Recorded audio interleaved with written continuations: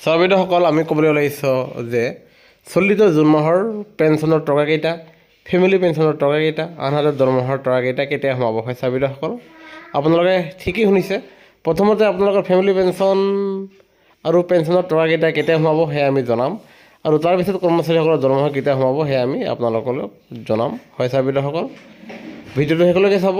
আমি এতিয়া আহিছোঁ মূল কথালৈ, সেয়া হ'ল পেঞ্চন আৰু ফেমিলি পেঞ্চনৰ টকাকেইটা কেতিয়া সোমাব। সেয়া হ'ল আমি পোৱা তথ্যমতে ইতিমধ্যে ৰাজ্য চৰকাৰৰ অধীনৰ অধিকাংশ জিলাৰ পেঞ্চনাৰ আৰু ফেমিলি পেঞ্চনাৰসকলৰ একাউণ্টত পেঞ্চনৰ টকাকেইটা আনকি ফেমিলি পেঞ্চনৰ টকাকেইটা সোমাইছে।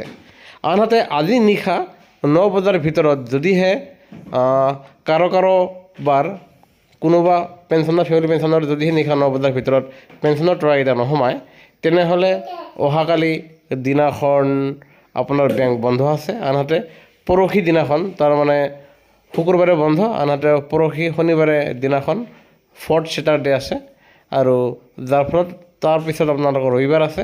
তেনেহ'লে আপোনালোকে একেবাৰে 29 তাৰিখ সোমবাৰৰ দিনাখনহে আপোনালোকে পেঞ্চনৰ টকাকেইটা পাবলৈ সক্ষম হ'ব।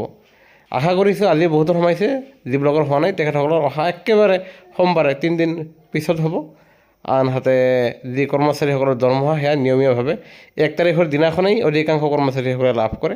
আনহাতে কোনোবা জিলাৰ নাইবা কামৰ প্ৰতি ট্ৰেজাৰীৰ প্ৰতি লক্ষ্য ৰাখি আপোনালোকৰ 1 তাৰিখৰ পিছত 2 তাৰিখৰ পৰাই আপোনালোকে নিয়মীয়াভাৱে দৰমহাৰ টকাকেইটা পাবলৈ সক্ষম হ'ব। সেয়েহে আপোনালোকৰ সৈতে জড়িত প্ৰতিটো সৰুৱে আমাৰ চেনেলটো নিশ্চয় ছাবস্ক্ৰাইব কৰি নাপাহৰিব। ধন্যবাদ।